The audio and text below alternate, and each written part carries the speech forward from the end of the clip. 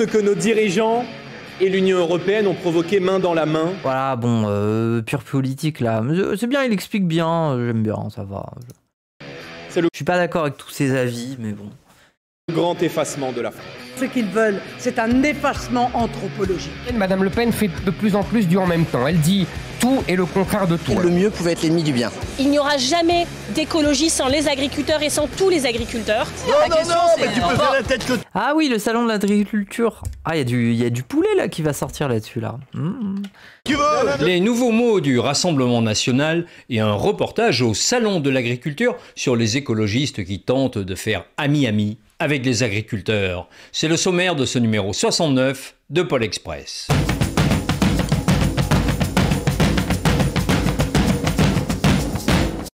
Ok, j'essaye de comprendre son générique. Qu'est-ce que ça veut dire de mettre des carrés et des ronds et des triangles sur des gens? Et des croix? Est-ce que c'est un trailer pour PlayStation? Je comprends pas. En politique, on fait souvent du neuf avec du vieux, histoire de dire les mêmes choses mais de façon plus acceptable, plus polissée. À Marseille, ce dimanche, le Rassemblement national en... Pourquoi il y a Giscard? Parce que c'est un vieux, du coup il y a mis Giscard, quoi. On a fait une éclatante démonstration.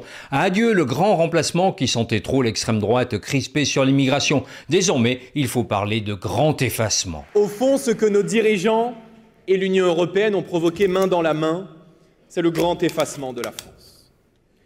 Un grand effacement qui se traduit par le recul de la France chez elle, sur son propre sol, mais également en Europe.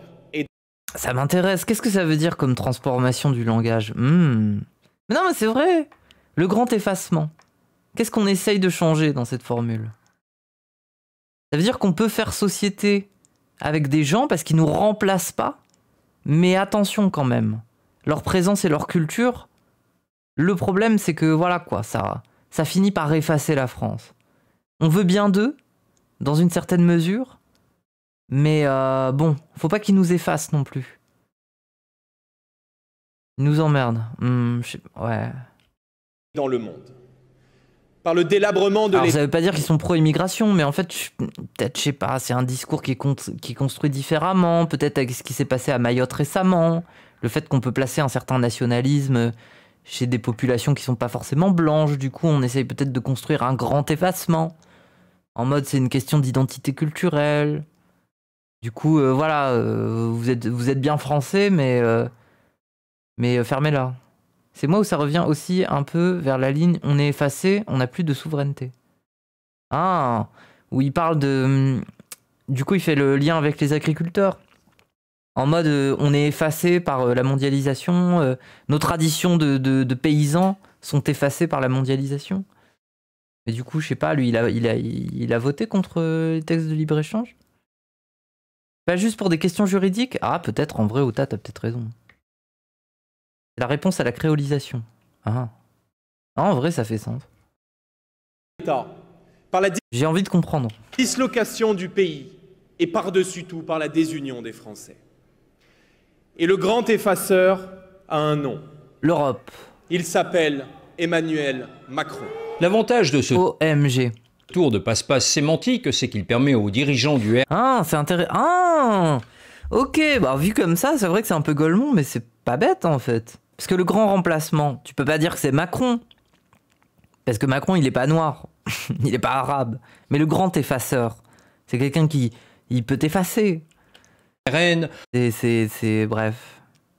de regrouper dans une même catégorie tous leurs adversaires, l'immigration, l'Europe et la gauche qui pour le RN est synonyme de wokisme. Cette dernière n'efface-t-elle pas, ne cancelle-t-elle pas tout ce qui a l'air de lui déplaire? C'est ce qu'on entend sur CNews en tout cas. Qu'importe la vérité ou même la vraisemblance dans cette construction, la trouvaille sémantique permet d'inaugurer un nouveau récit qui confine au complot. Mais après, moi, ça me gêne un peu. Moi, j'aimais bien les grands effaceurs. Vous saviez, on en avait toujours un dans la trousse. Et au final, on se mettait à écrire qu'avec des effaceurs. Que plutôt des bics et tout. Parce que c'était pratique un peu. En fait, c'est un peu Golemont. On avait des effaceurs pour les stylos plumes. Et finalement, on écrivait avec des effaceurs. J'imagine que c'est un truc pour les pauvres. J'étais pauvre. Bonjour, je suis pauvre. J'ai été pauvre, mais maintenant je suis moins. Grâce à vous notamment. Merci, faites des dons.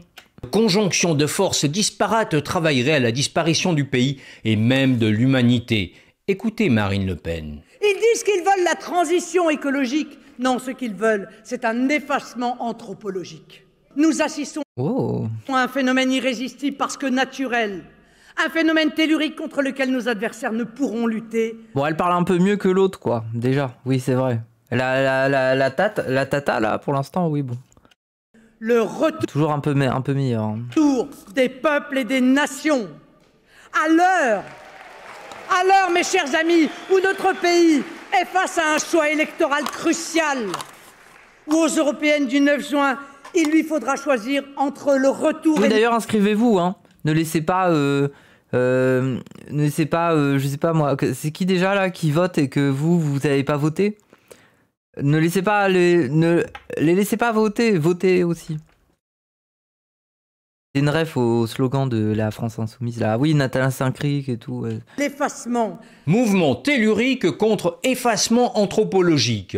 On a quitté les rivages de la politique pour le survivalisme façon Netflix. Et après, c'est hyper intéressant de voir que dans la campagne de l'AFI, Nathalie Saint-Cric a été visée. Moi, je dis que ça se voit à quel point Usul peut avoir une influence sur le milieu de gauche. Hein. Parce que c'est aussi parce que sa vidéo est sortie récemment que ça parle de Saint-Cric. Ça parle de la famille des Saint-Cric, quoi. Let's go, hein. C'est peut-être le but recherché d'ailleurs. La série Walking Dead, que j'adore, parle davantage aux gens que les vieilles lunes de l'extrême droite. Waouh, ça m'étonne pas qu'il aime Walking Dead, mais il s'est endormi devant les dernières saisons ou il a vu tout ce qu'on a vu nous aussi. C'était un peu chiant, on s'emmerdait un peu à un bout d'un moment.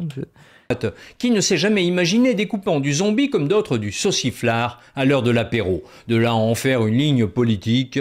Dans l'entourage de Marine Le Pen, on soutient que la formule du grand effacement serait empruntée à Emmanuel Macron. Le président l'aurait employée lors d'un récent Conseil des ministres, auquel cas nous serions en présence d'un exemple parfait de triangulation, cette technique qui consiste à reprendre à son compte les arguments de l'adversaire pour les détourner de leur sens. À ce tableau apocalyptique, il ne manquait que l'évocation de la guerre. Marine Le Pen n'a pas oublié d'en convoquer le spectre. Ah, qu'est-ce qu'elle en dit? Nous, citoyens d'un pays qui avons l'idée de la grandeur pour en avoir fait l'expérience, avons de plus en plus le sentiment de marcher dans les gravats d'un système écroulé. Nous vivons une atmosphère de fin de règne, un gouvernement de fantômes qui erre sans but la fin de la France Afrique, oui. Et ne sait plus qu'invectiver l'opposition. Un président en état de siège, sifflé au salon de l'agriculture, qui croit pouvoir trouver le salut politique dans des postures guerrières qui ont stupéfié les Français. Ah, c'est vrai que c'était stupéfiant. Je suis d'accord avec elle là-dessus. Comment peut-on envisager... C'était, oui, stupéfiant de faire entrer son pays en guerre avec autant de désinvolture. Si vous aviez encore un brin d'espoir... Oui, le discours est vide, bah bien sûr. Vous voilà fixé. Macron, c'est la bombe humaine. Enfanté du monde, elle en sera la fin, comme le chantait un groupe qui parlait dans l'hygiaphone. N'écoutez pas la chanson, vous allez l'avoir dans l'oreille toute la soirée. Ce coup de projecteur sur la fantasmagorie de l'extrême droite ne serait pas complet sans y inclure Éric Zemmour. Après tout, n'aspire-t-il pas à effacer Marine Le Pen, sinon à la remplacer? Au micro de RTL, le grand blessé de la dernière présidentielle s'est employé à commenter le duel Macron-Le Pen. Cette opposition est de plus en plus factice parce qu'ils se ressentent de plus en plus. C'est-à-dire que... Mais lui, le pauvre, où est-ce qu'il va pouvoir parler à la prochaine élection, là? Avec l'Arcom? Le pauvre, il aura plus de tribune, mais comment il va faire? Bouh! Oh, pauvre Zemmour. Le en même temps macronien a coloré. Il va faire, moi je suis sûr, il va faire une chaîne YouTube. Il va avoir un Antoine Léaumont. Il y a moyen. Peut-être, hein. Il va faire une strat Mélenchon sur YouTube, peut-être. Hein. Je pense. Hein. Les positions de Madame Le Pen. Madame Le Pen fait de plus en plus du en même temps. Elle dit tout et le contraire de tout. Alors parfois elle le fait toute seule, et puis parfois elle cède de son cher Jordan Bardella pour dire le contraire de ce qu'elle a dit et le contraire de ce qu'elle va dire le lendemain. Marine Le Pen qui se macronise, à moins que ce ne soit Macron qui se le pénise. Depuis le vote de la loi immigration, on sait que c'est possible. Mais il subsiste encore une différence, une brindille. Les électeurs de l'un ne sont pas prêts à voter pour la liste de l'autre, et réciproquement. Sur Twitch, moi je vais... désolé, mais je verrai pas du tout Zemmour en live. Genre, je pense que même l'exercice le fatiguerait. Genre, il aimerait pas. Imaginez-le face à un chat. Mais il est pas en contrôle, en fait. Avec tous les trolls qui existent sur Internet. Mais non, il serait fou. Non, une vidéo où c'est monté, il serait heureux, tu vois. Loi immigration, on sait il se fera ban, bah oui. Je pense au premier live, en vrai. C'est possible. Mais il subsiste encore une différence, une brindille. Les électeurs de l'un ne sont pas prêts à voter pour la liste. Moi, je pense que si Zemmour vient sur Twitch, bon, au cas où, hein, c'est le moment de sortir vos plus fameux ASCII. A-S-C-I. Vous savez, les images de bits, là, avec... voilà, genre, je pense... Faites-lui un beau chat. Ne faites pas de mon chat un chat... Non, moi, j'en veux pas. Mais son chat, oui. De l'autre, et réciproquement. Quant à voter pour Marion Maréchal, beaucoup préféreront aller prendre une bonne bière au comptoir. Oreillette, la vache égérie du salon de l'agriculture, ne semble pas plus impressionnée que ça. En une semaine, l'essentiel de la classe politique française est venu la caresser. Ouah, ça doit être chiant d'être une vache. Dans le sens du poil. Alors, ce n'est pas la tête de liste écologiste pour les autres. En même temps, ma vie, elle est pas si éloignée d'une vache, quoi. Genre, je ne bouge pas, je suis toujours au même endroit, et de temps en temps, il y a des gens qui viennent me caresser. C'est ma vie. Européenne Marie Toussaint, ni la secrétaire nationale des écologistes, Marine Tondelier, qui vont l'effrayer. Mais ce vendredi-là, les écologistes n'étaient pas les seuls politiques à visiter le salon de l'agriculture. Le ministre de la Transition écologique, Christophe Béchu, avait également inscrit à son agenda ce rendez-vous. Et fort civilement, il est venu saluer Marine Tondelier et Marie Toussaint. Non sans glisser quelques piques. Il y a des domaines dans lesquels... T'as une treilleuse. Oh non, non, c'est bon, j'arrête la blague là. On a le sentiment aussi, y compris qu'on vous a entendu expliquer que il fallait être capable de mieux soutenir notre agriculture, qu'on a le sentiment que vous avez pleinement mesuré. Ça fait 40 ans qu'on le dit. Il y a manifestement des gens qui ne l'avaient pas totalement entendu. Mais on en reparlera très bientôt. Grâce aux agriculteurs, vous nous avez entendus. Et inversement, je pense que vous avez pris conscience qu'il y avait des domaines dans lesquels le mieux pouvait être l'ennemi du bien. Mais que faisaient donc les écologistes au salon? Ah ouais, c'est profond. On les croyait fâchés avec... Merci Fig pour le sub offert avec Nutella. Il y a des gens qui donnent de l'argent sur ce stream, c'est fascinant. Le monde agricole. Il n'y aura jamais d'écologie sans les agriculteurs et sans tous les agriculteurs. C'est ce que nous avions défendu l'année dernière au salon en disant voilà, que nous, on aimait cette profession, qu'on voulait travailler avec cette profession parce que quand on est écolo, on peut pas se dire... Ouah, déjà les éléments de langage, ils sont pourris. On a envie de travailler avec cette profession. Mais ne dis pas ça, ça veut dire que t'es en train de dire que là, il n'y a aucun pont entre les écolos et les agriculteurs. C'est ce que t'es en train de dire, quoi. Non, faut dire, on a déjà plein de gens qui travaillent avec nous, mais c'est... Voilà. Oui, quel aveu, c'est un mauvais aveu, ça pue. Choisir les 3-4 avec lesquels on est les plus d'accord, et puis on va travailler qu'avec eux. Non, ne dis pas ça. On veut changer la société, on veut sauver le climat et sauver le vivant. Et donc ça se fait avec tout le monde. Et que ce soit lors de nos déplacements, comme Marine l'a rappelé, lors de nos rencontres avec les organisations syndicales que nous avons toutes rencontrées, si on se met tous les uns avec les autres, ou que ce soit dans les témoignages qu'on entend beaucoup ces temps-ci sur la couverture du salon, mais déjà pendant la mobilisation, ce qu'on entend, c'est vraiment... On a un modèle qui ne nous permet pas de vivre dignement de notre travail et donc un modèle qui ne nous permet pas d'engager la transition, mais nous le souhaitons. Et donc, nous... Ouah, ils sont incapables d'avoir ne serait-ce que de petits éléments de langage de lutte des classes, en fait. Genre, t'as pas besoin d'être le dernier des marxistes et chanter l'internationale, mais c'est quand même ce dont il s'agit. Je peux placer quelques éléments de langage. En fait, c'est... L'écologie, le marxisme, on essaye de genre, jamais. Le mot capitalisme n'apparaît jamais, à part pour dire capitalisme vert. Bon, voilà. Merci Robert. Notre boulot, c'est de permettre de faire en sorte que ils vivent dignement de leur travail et qu'on engage... Les écolos sont anti-marxistes. Ok. Véritablement cette transition. Dans la délégation... C'est quoi? C'est des idéalistes? On peut dire ça. C'est un peu ça, non? Logiquement.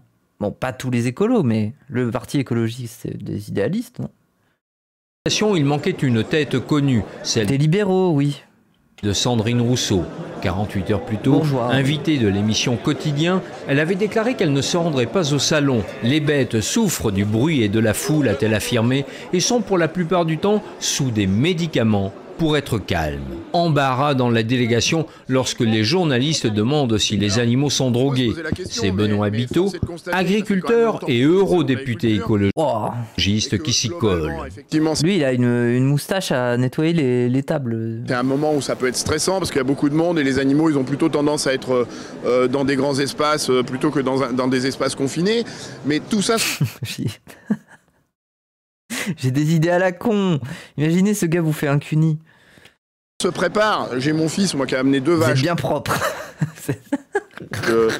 Il a préparé ça depuis 2 mois déjà. Il prépare les animaux à côtoyer des êtres humains, à être manipulés dans des salons, à croiser autre chose que de l'herbe dans leur vie au quotidien. Et quand ils sont préparés, ça se passe très bien. Beaucoup de journalistes, dont l'équipe de Pure Politique, étaient curieux de voir l'accueil que les agriculteurs allaient réserver à la délégation écologiste.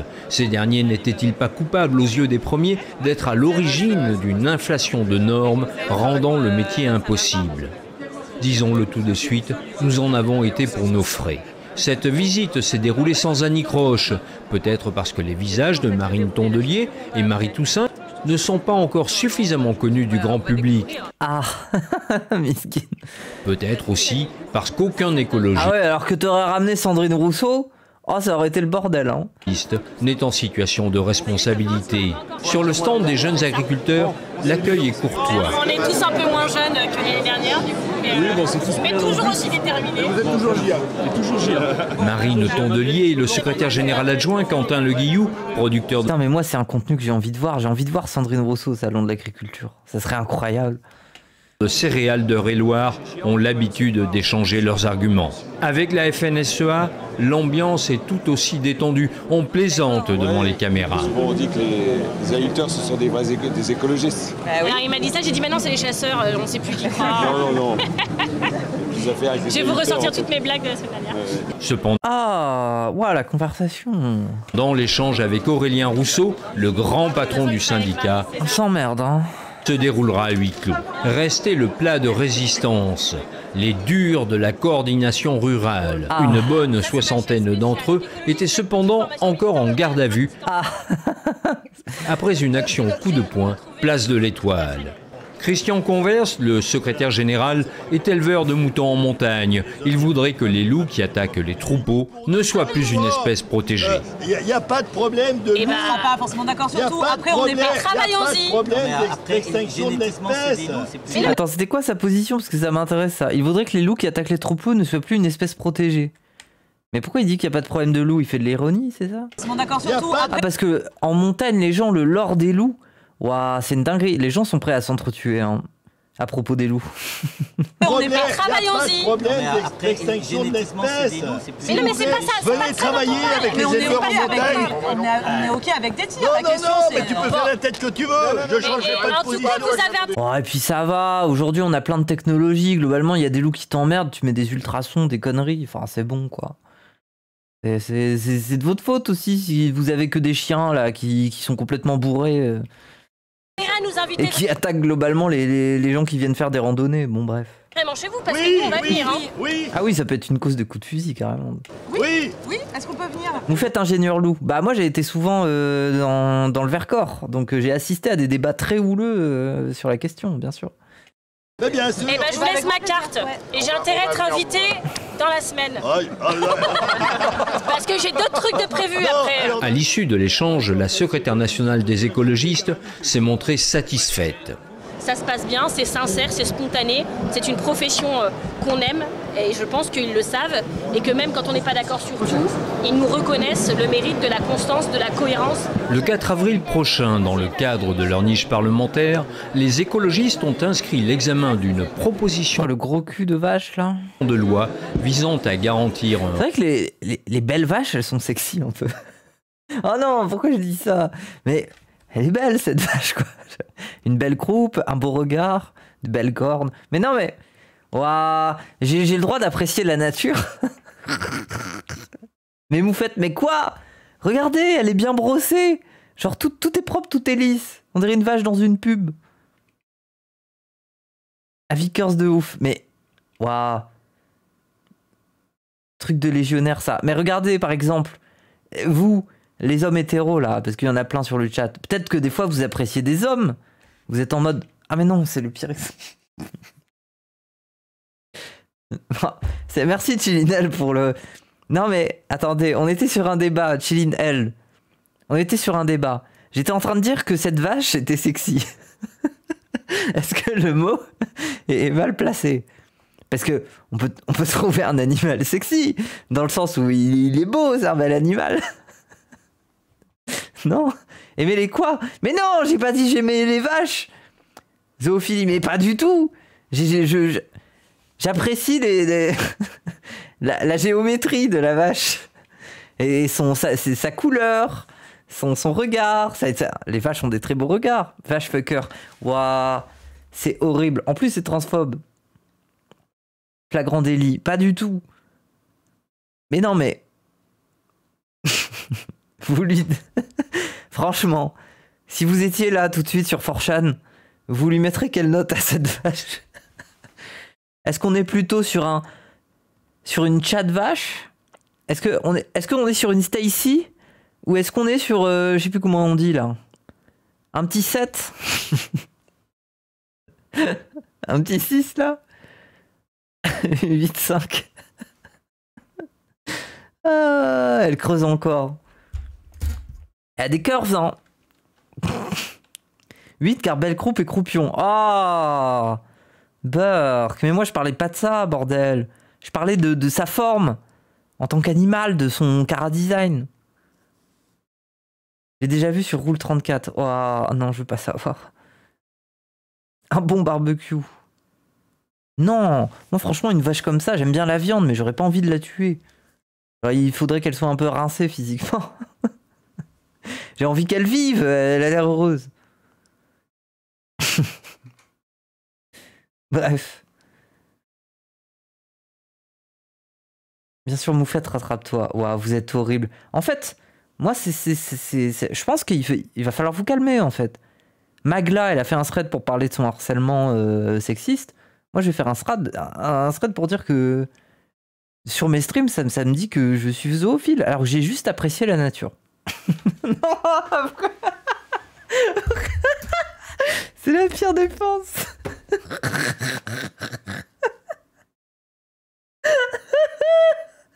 Ah, vas-y, j'arrête.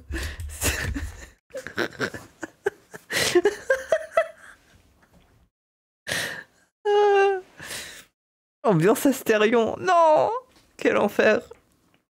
Le train de l'hype. Train de l'hype. Ah bon. Bon allez, on passe à autre chose.